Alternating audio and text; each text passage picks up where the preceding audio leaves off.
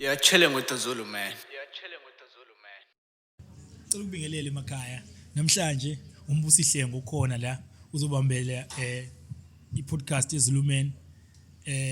podcast. So ngina umfowethu la ulungani umfokazi Zuma. Sizothasha nje i-subject etoni i-subject ye-text. So uMr Zuma umuntu onolwazi kakhulu le-text, we-expect i-text kodwa engikhuluma kakhulu ngayo uzoyichaza yena and akukhulume noma sitshele ukuthi yini lemphatha kabi kangaka ngentela. So nje over to you Mr Zuma. Yebo sawona mfowethu nakuma viewers, igama lami ngulungani Zuma. Ngi-accountant ne-tax practitioner. Ngila namhlanje uzokhuluma ngelinye side le-tax. I-tax iyinto enhle. I-tax yenza i-service delivery emphakathini, yakhe imigwaqo ikhokhela uthisha nani. Kodwa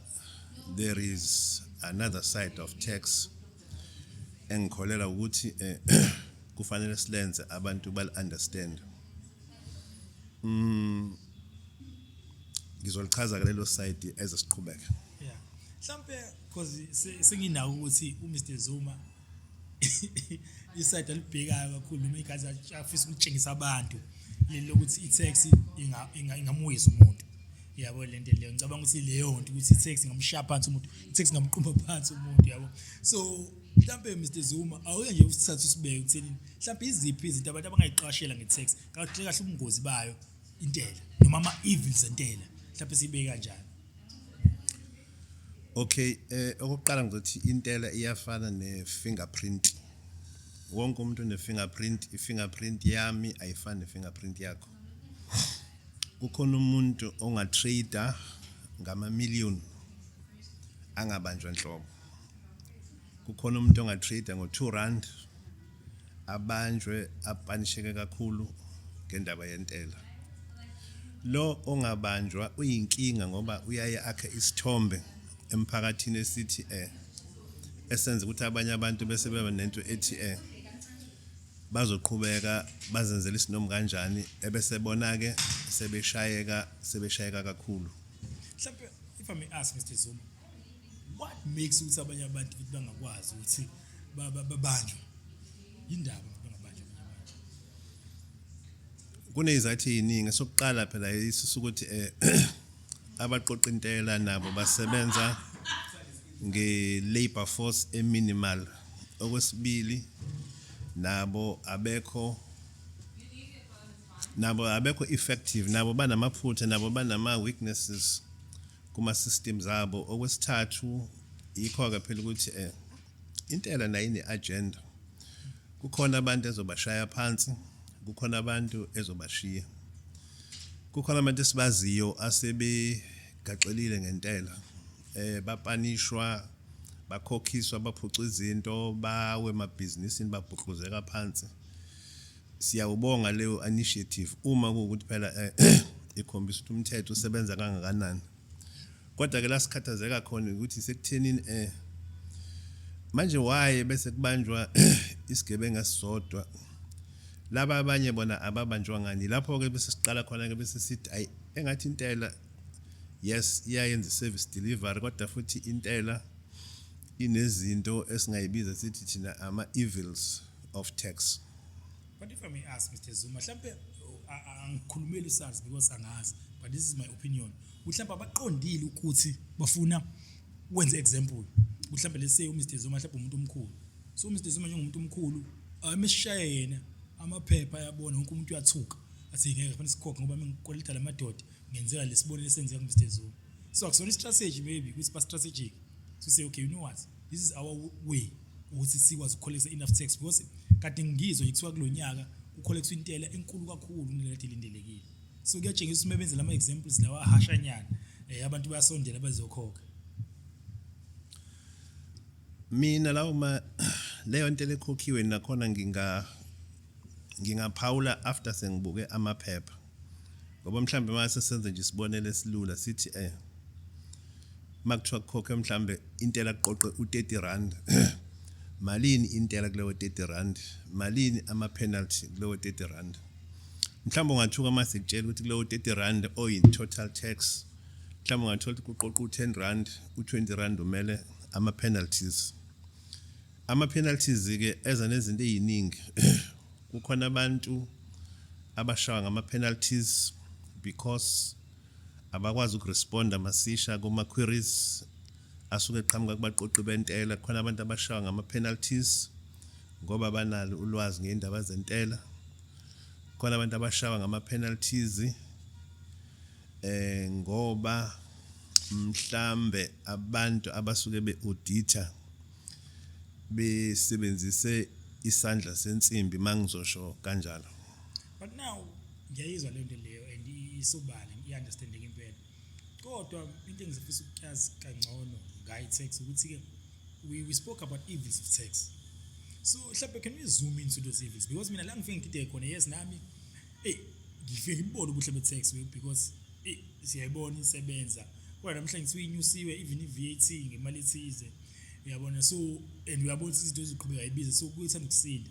so ke kugcine ngingayo ngipha nendawo ukuthi yinhle i-tax noma yimbi i-tax manje umbuzo ngiba nawo ukuthi but sizwe lingaqhubeka yini isebenze without i-tax kube nzima ukuthi leyo ungakuthola mina nje I think over the past 20 years i-government servant so umbuzo ukuthi mina ngabe ngiyasebenza ukuba i-tax ayikho uyawethe ngisho so ngiyabazi ubuhle bentela lapho kodwa futhi at the same time ngiyabona ububi bentela webhayi ngibona abantu kade sibathembile be-right sebeshake phansi so mhlawumbe can we just zoom in lama evils ukuze sike swahlaziya ukuthi usikhuluma ngani sobuka kanjani when we talk about evils of tax. Isihloko esibanzi kodwa ke senze ama examples ukuthi yini lento siyibiza ngokuthi ama evils of i-tax. Kwi-tax kuyenzeka mfowethu uthola ukuthi amaphepha ami athi kufuna ngikhokhe u10 rand bese uthola ukuthi kuthiwe mhlamba ngilethe ubufakazi ukuthi kufuna ngikhokhe u10 rand uma ngingabulethanga lobo bufakazi ngesikhathi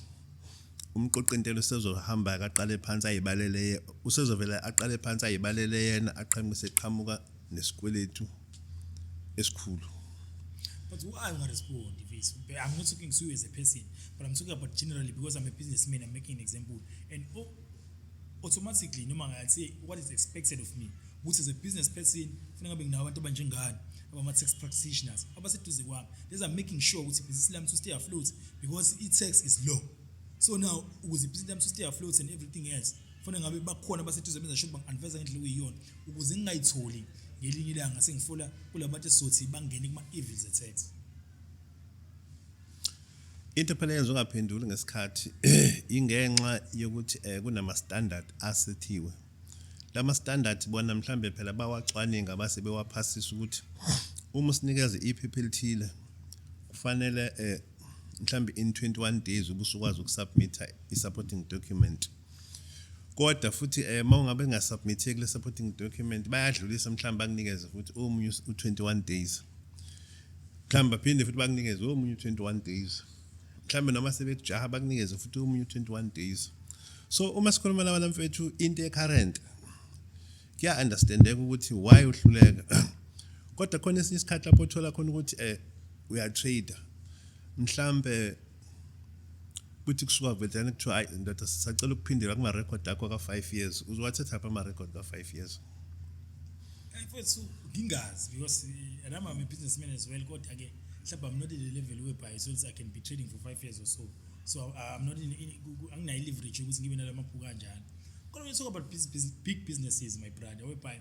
khona noma ngisho ama corporates noma singasha don't know kodwa khona ama business waziyo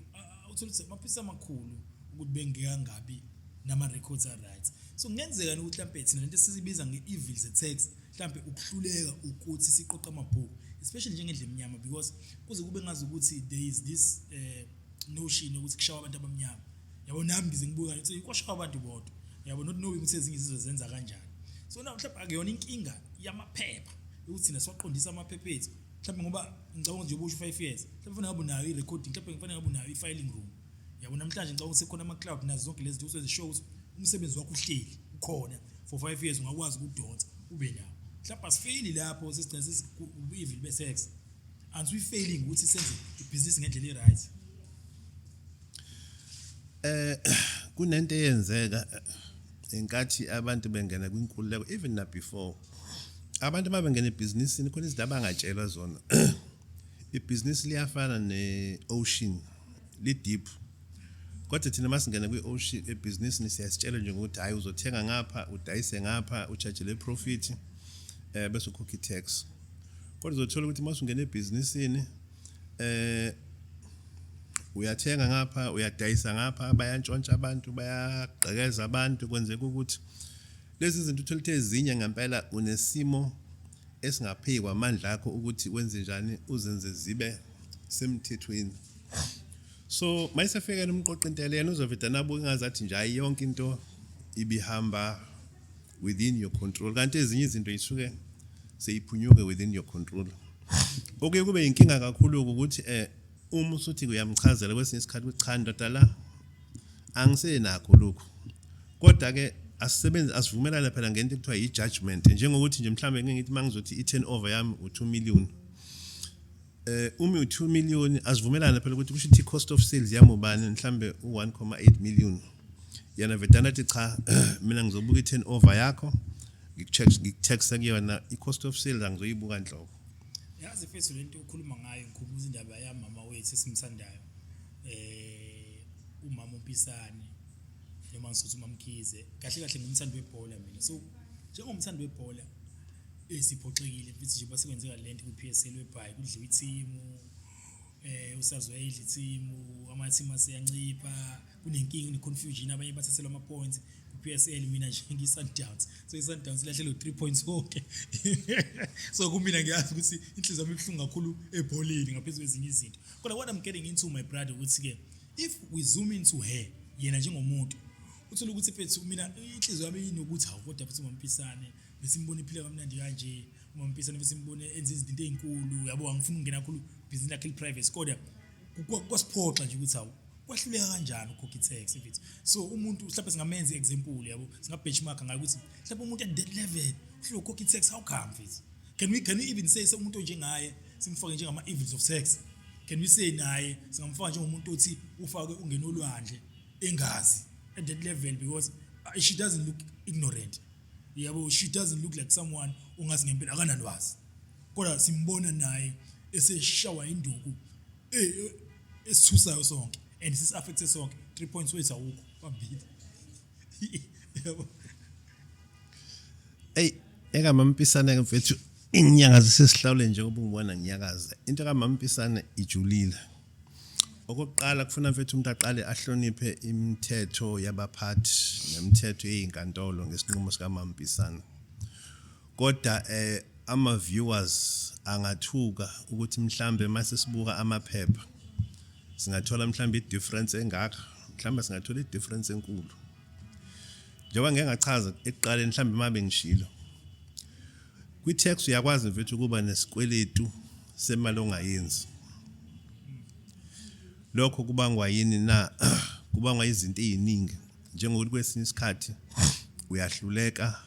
ukuphendula ngama-record onawo ukuhluleka ukuphendula ngama-record onawo ke kusuke sekuncike ezintweni eziningi kwesinye isikhathi kuncike ekuthenini ubuthembele mhlambe ku-bookkeeper wakho u-bookkeeper wakho akasekho ekuthenini azophendula kodwa ke senze example ke khathi abantu bezoyiqonda kahle lento ake sithi nje mhlambe uMampisane ufike wasubmitha ama-records kumqoqintela wathi nanka ama-records ami abesethi umqoqintela angigculisekile mina ngalama record uthi kumina uthola u20 rand but mina ngibona u2 million so zizophushana iphushana mhlamba agcine sethi umqoqintela hayi ke mina sengiyagoqa ke mina ngikutaxa ku2 million as soon as issue contact to IT issue ishalente kuthiwa i-IT 34 lento isuke sinesikweletu lento sizothi manje sisuka besiyahamba siya kwa debtors mayifika ka debtors ke sigaxwa ama penalty igaxwa ama interest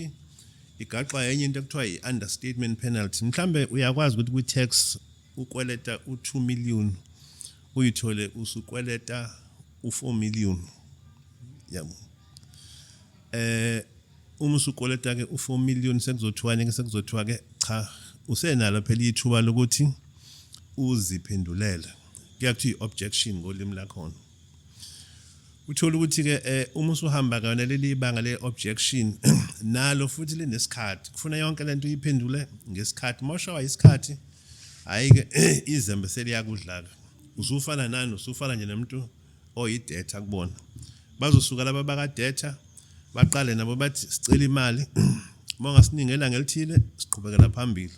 sebesuka lapho sebeyahamba sebeya enkantolo sebeyogxiviza amaphepha and then usubona ke sekwenzeka lezi for instance lezi zinto esasiyibona kwilokhuzana esasiyibona emaphepheni esethathwele izinto nokunyeke manje okusalokhu kulokhuzana kubanjwa kodwa Mr Zuma sometimes ngihamba ngingabi convinced but into echazayo iyazwakala kodwa la ngihamba ngilahleke ngichaza ukuthi ngisho Swahili it's got an element ongenzi good business practice mfethu webhayi ngempela ngoba i-tax service umthetho yes ayimnandi yabona khona example sixoxela ngelilanga wakwayenza wathi kubukhuni kabi ukuthi uno 30 rand mase kube khona umuntu ofika mhlawumbe uzothatha u9 rand wakho noma kuthiwe wena lo 9 rand yokuthi uno 30 rand thatha lo 9 rand ubuyisele wena uphindise emuva yabona so ukuthi uzenzele wena uyihambisele yabo that's why ngene kule element ye bad business practice whereby mhlawumbe sihluleke ukuthi sihlukanise ukuthi okay when I'm making 100 rand kodwa mina kahle kahle I'm making 70 rand so when I'm counting imali engene kumina I'm count 100 rand count 70 rand so that's ngikwazi ukubuyisela abantu le mali yabo ngoba either way engazuthi kugcina kuwina bona so ukupreventa ngoba mesibuka impact eyenzekile ne devastation ekhona sengisho kulabo abashawe iyona intela uyabona ukuthi no kulento yokuqinisela noma ukuzama ukuqinisa ikhanda ingozi ngoba idinga enza umonalo omkhulu can you make an example umama ozixolela uma ukusela usimveza kodwa lento ayikho ngayo but now if you look at umsebenzi wakhe nje lo webhola because I know unemsebenzi eminingi but lesikhulume lo webhola can you imagine abantu ade besebenza nje lapha e clubhouse can you imagine nje i-infrastructure engakanani can you imagine ingana izinto ezilimele ngento mhlambe ke osola ukuthi kahle ade beyitholile imali wahluleka nje uyiphindisela kade fanele iphinde okay uyasho ukuthi kuyenzeka ka tax usola ukuthi wena uwenza u200 rand kodwa i-tax isona ukweleta 600 rand so nalo ngikubukeli phansi kodwa ngithanda ukuthi mengibuka yeba nginayo into ebambeka ngokwamama kodwa mubuka nje ngehlo kungaba ke wrong because anginayo into engimeja ngayo ngisho nje ngepublic knowledge uma ubone ngazothi ube khona ukudede ngesayidini lakhe kodwa ngoba sikho ngayo thina njengo businessman noma abantu abamnyama ba businessman lento sibangenza kanjani rather than usibuke njengento evil kodwa sikwazi ukuthi singayibungi njengento evil kodwa sibuke noma ngabe evil ngoba khona imali siwe sesinayihambayo kodwa sibe nendlela ukuthi siyiqwashele lento ngoba izoshaya ayigcinile ngayo mama isizoshaya nabanye abaningi so how do we make sure how do we navigate ukuthi ngempela ingaqhubeki ishaya ngoba isizokhala induku kunensizwe yake yavela kwenye i-video ye-TikTok ithi yona engathi sekungcono sivele siye ukusebenza siyoyihlalela ePark sithi hulumeni ngicela isinkwa netiye akunikeze isinkwa netiye sidle sidlala yabona so nasemabhizinisini mhlambe enye into ngempela khona lapho kuhamba ubone ukuthi hayi engathi lento ekuthiwa ibusiness ayikho noma mayikhona inogibe yabona ongakaze ke mfethu agaxele kwi-tax uyohlala etshela ama stories amaningi ukuthi hayi mina ngipositive mina ngiyawabeka ama record kunabantu esengeke ngezwe mina kuthiwa bawina ama award best business person best motivational speaker best ban ake sibabuke ake baze basike babeke izinto zabo zentela sibone ukuthi ngeke nibahlehle bahambe baqale phansi bahambe ngeenyawo uyabona amahlazo yabona mfowethu kunabantu kwintela esibabiza ngamalokhuzana kunabantu intela esibabiza ngama-buffaloes not that buffalo yabo ibuffalo salisusela lapha igama lethi ibuffalo ibuffalo yabo mayivukilwa nehamba ibuffalo ngicabanga ukuthi isona silonto sokuqala si-visible kuma-predators so siyazi ukuthi ngelinye ilanga sizobanjwa siginqwe phansi sihliphizwe siphela ngingakuvulela ibhizinisi mfethu ngikunikeza i-training ngikunikeza yonke into ngikunikeza ama-manual usebenze mfethu ubhenke wenze konke bese ngilento kwenze lento engisho bese ukuthi after 3 years kuvela kuvuka intwana encane kuthiwa indoda ke sihlehla sibuka amabhuku akho 3 years bese kuvele kuqhamuka mfethu ama-clause ongakazi uzowacabanga yabo ama-clause avela avuse nje isikweleti esisimanga lesuthuke nakuthi hawo mina bengikwenza konke njengathi ngiyabhenka engathi nathi angoyibhenka imali nansi imali ngiyayibhenka kuthi uyayibhenka but because isingaka sekukhona urule 17 othi asenze kanje sekukhona urule bani futhi okubhlungu ukuthi lamali kuze mfethu ngisho usuthanda ngeke uzuzwazi wonke yebo so which means ngisho akuthiwa mfethu nama principles are straight kodwa still ku possible ukuthi uphoseke emgodini wentela.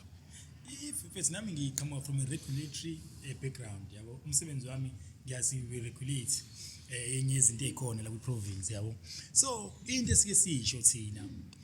sisebenza ngeact khona act esisebenzisayo so emsebenzini nami ngomunye wabantu abamaphoyisa alapha emsebenzini abakade abafika njengamaphoyisa entela esibese sokhomba umuntu emasezondakela izinto so into enza la mina umuntu kathi bengingazi ngithi mina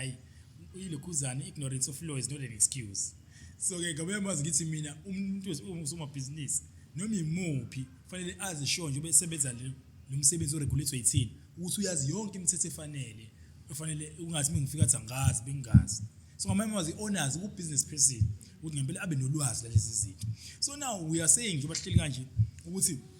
ngempela you cannot even hire an expert enjengawe Mr Zuma ezokwazi ukwenza sure ukuthi wena you because ewenza sure ukuthi wena uyathini uyasinda kuleli zembe because ngiyazi ukuthi kweinkampani inoma compliance officers uthola ukuthi ngempela isikhathi abhekelele ezinye izinto kakhulukazi kwezemali kakhulukazi kodwa enza sure ukuthi awuyeqi imithetho yemali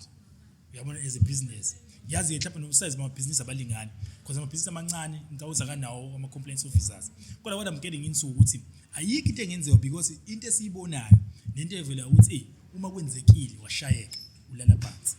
yabo ngiyafisa ukuthi singokuyivali inkulumo uphinde usenzele nje ama-examples usivezele ngempela abantu beshayeke phansi ngempela ngayo indaba yentela noma ngase wona amagama abantu esipc kodwa ama-examples practical esingawabuka ukuthi ngempela ishaka kangakanani i-tax ngoba ekugcineni indaba ye-tax ngempela inzima and sonke mengithi sonke I know ukuthi baningi abantu abazothi hayi thina siyazama thina senze njani kodwa mengithi sonke ngizama ukuthi abaningi abantu ayabadida futhi sihamba ugwadule ngempela and kuba istigma sokuthi ngelikilanga uzoshayeka kungaphela imini mfethu ngibabala iyabashaya mfethu abantu intela iyabashaya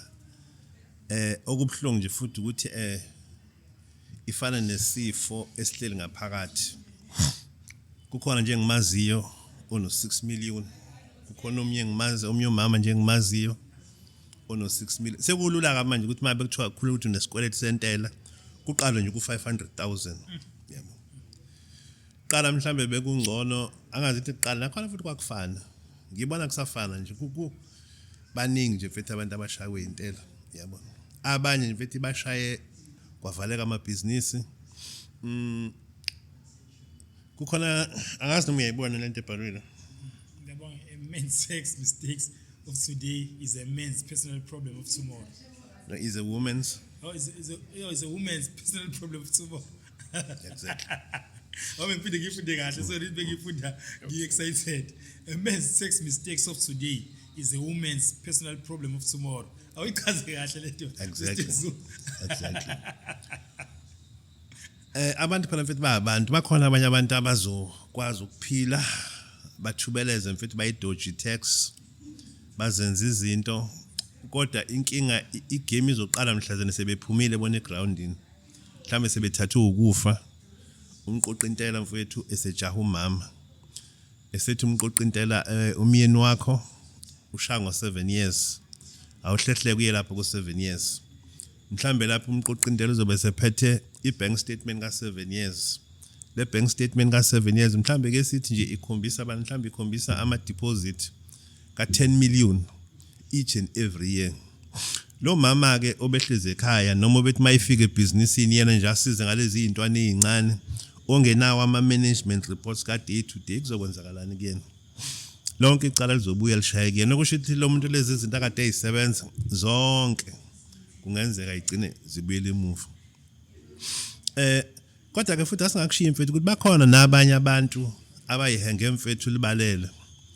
umuntu mfethu khona abantu nje abake benza izinto ezi-embarrassing oze nawe ugcina usuyibuza ukuthi hayi kodwa saze sayiphoxa sabantu. Umuntu mfethu abe ne-turnover ka-10 million kuzana kwi-bank account kodwa masuthi uyabheka ama-tax return yakho wafica ginqe u-0, VAT u-0, income tax u-0, employees tax ayiginqele u-0. Then-ke yilabo bantu kulabo othola-ke ukuthi ibona-ke mfethu abafike bathole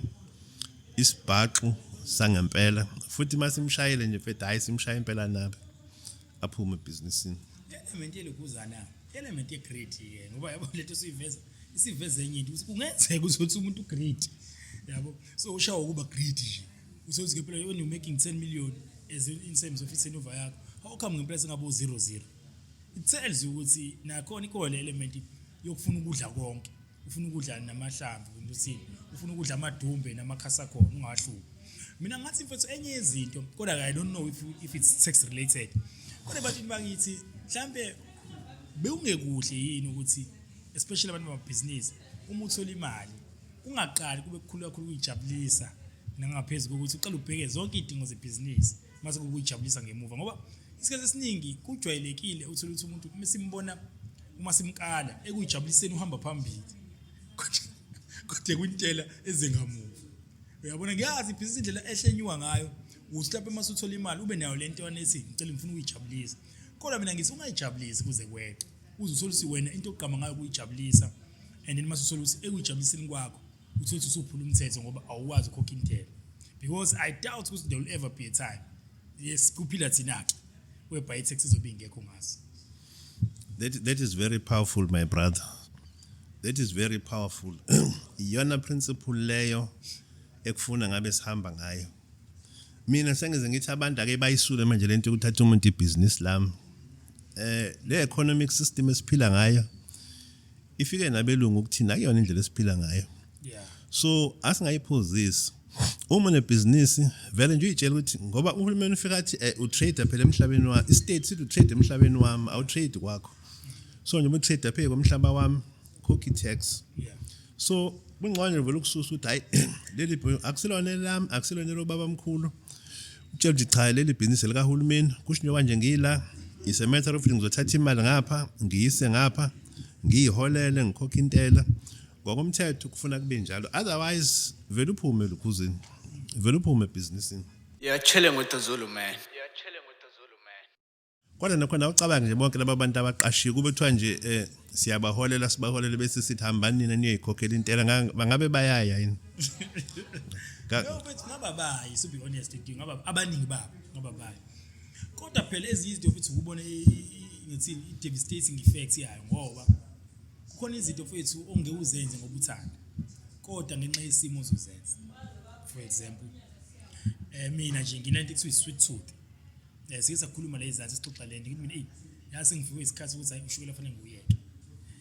Number 1 iminyaka isihambile so ukuhamba kweminyaka uyabona umzimba uyabuthakathaka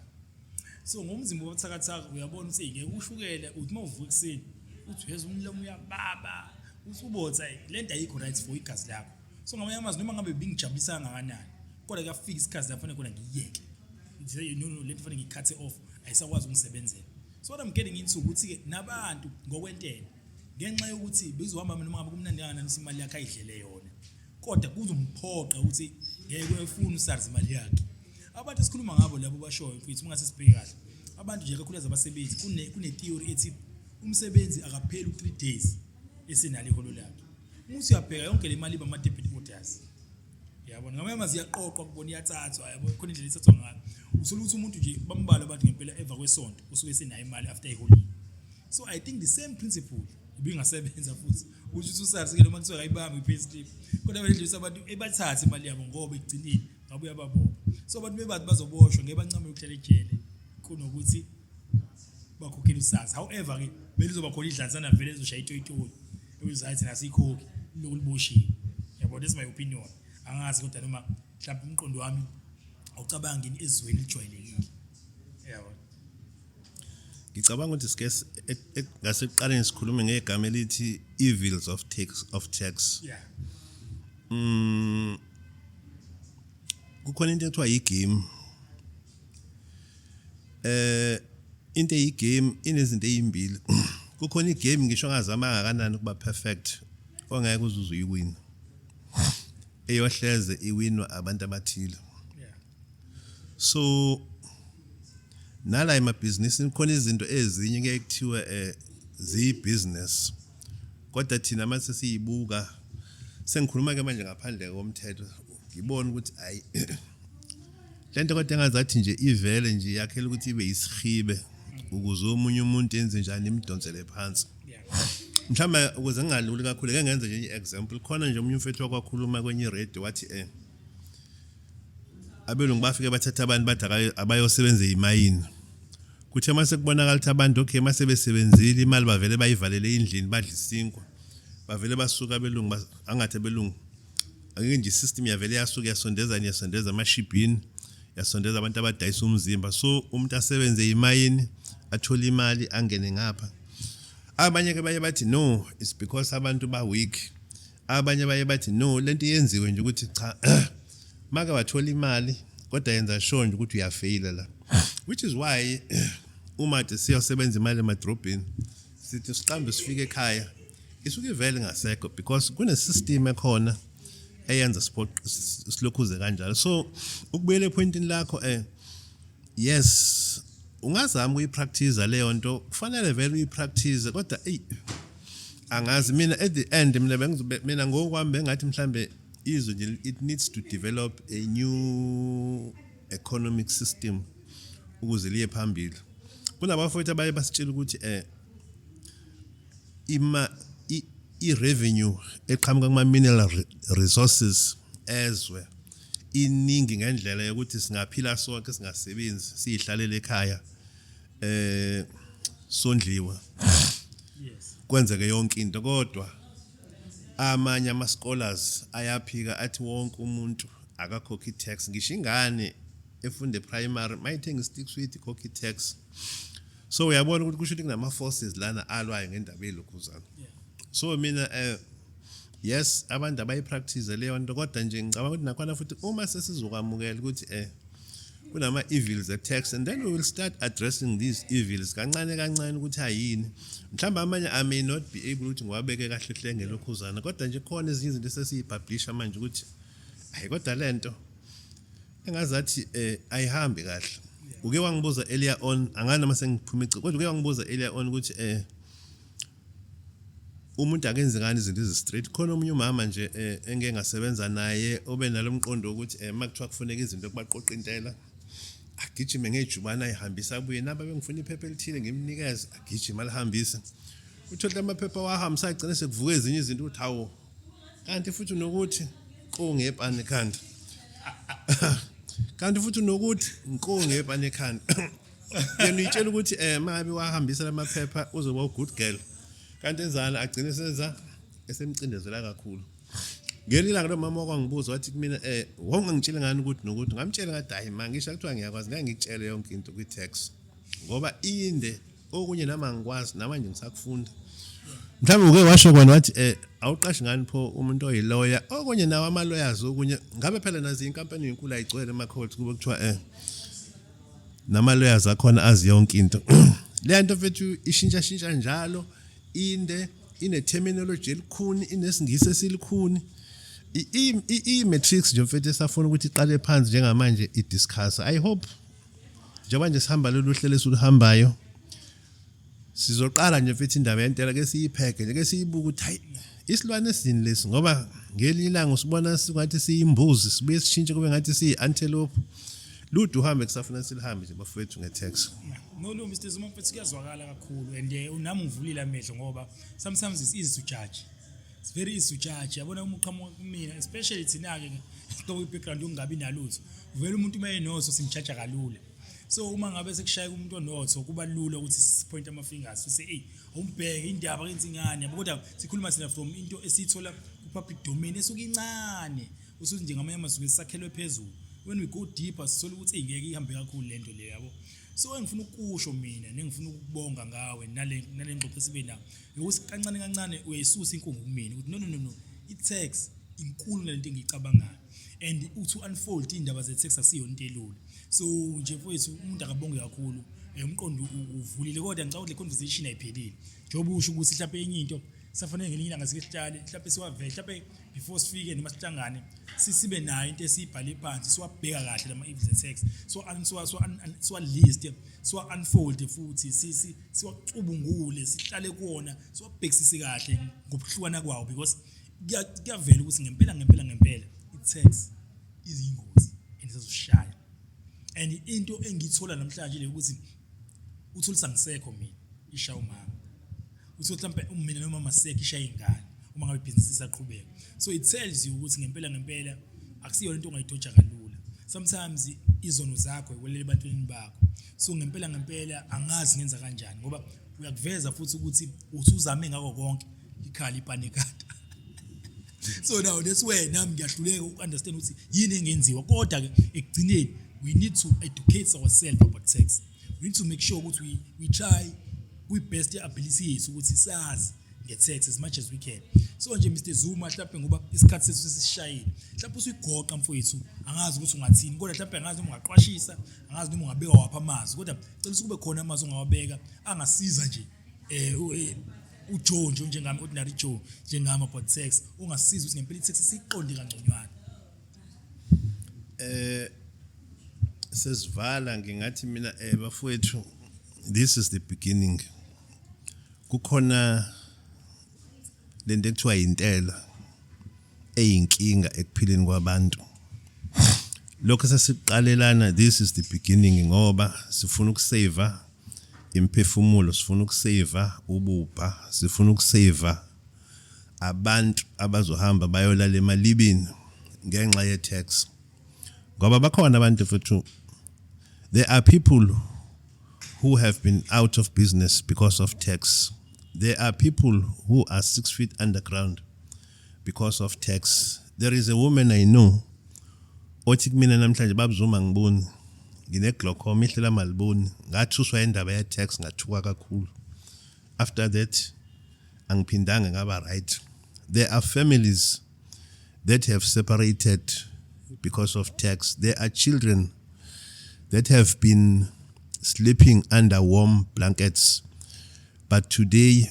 they are sleeping on the street because of tax. There are people who are in prison because of tax. Ngiyababona ke laba okwenzeke because of ignorance.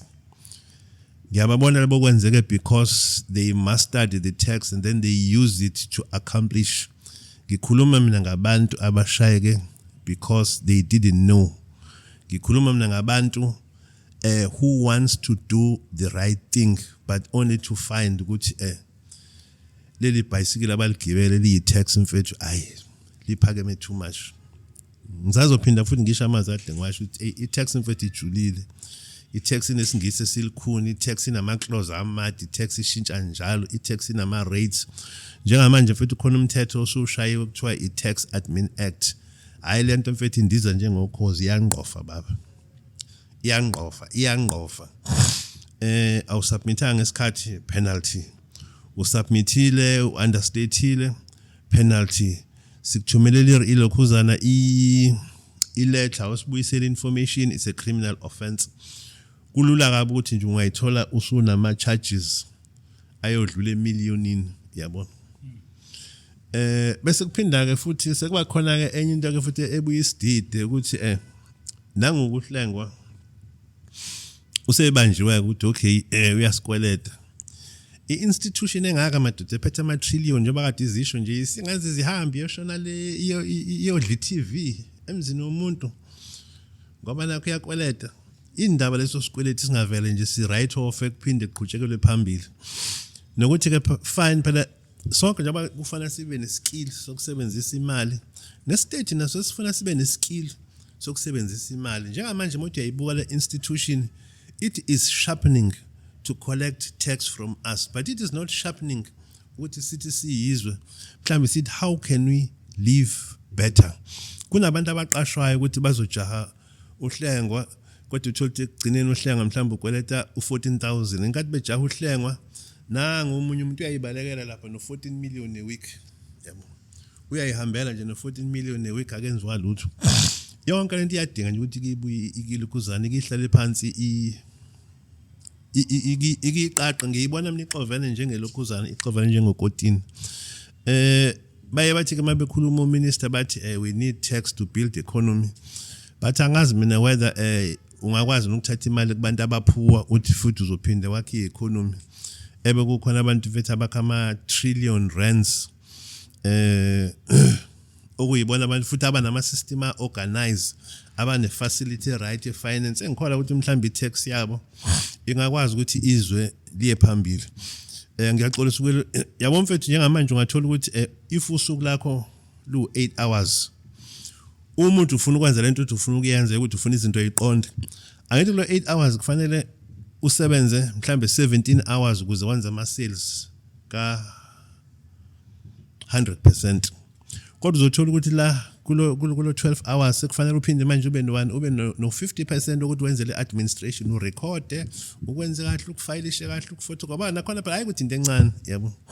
ukwenza lezi zinto so nje kuningi okusafuna nje ke sikuhlazila ke sikucubo size sikubona ukuthi cha siyavumelana ngempela ukuthi hayi lento nansi into eyinkinga mhlambe ke makuthiwa thina esibone ukuthi kanjena kusho ukuthi hayi indoda engazathi wena bese siyibona ke lenqola iqhubeka iyaphambili. Hayi Mr Zuma ayingikhawule mfethu. Hayi kukhulu kakhulu mfethu esikhulume ngalo. Indoda ifunde kakhulu. Umuntu akabonge Mr Zuma. Ngiyabonga kakhulu mfethu. Siyabonga. You're chilling with the Zulu, man.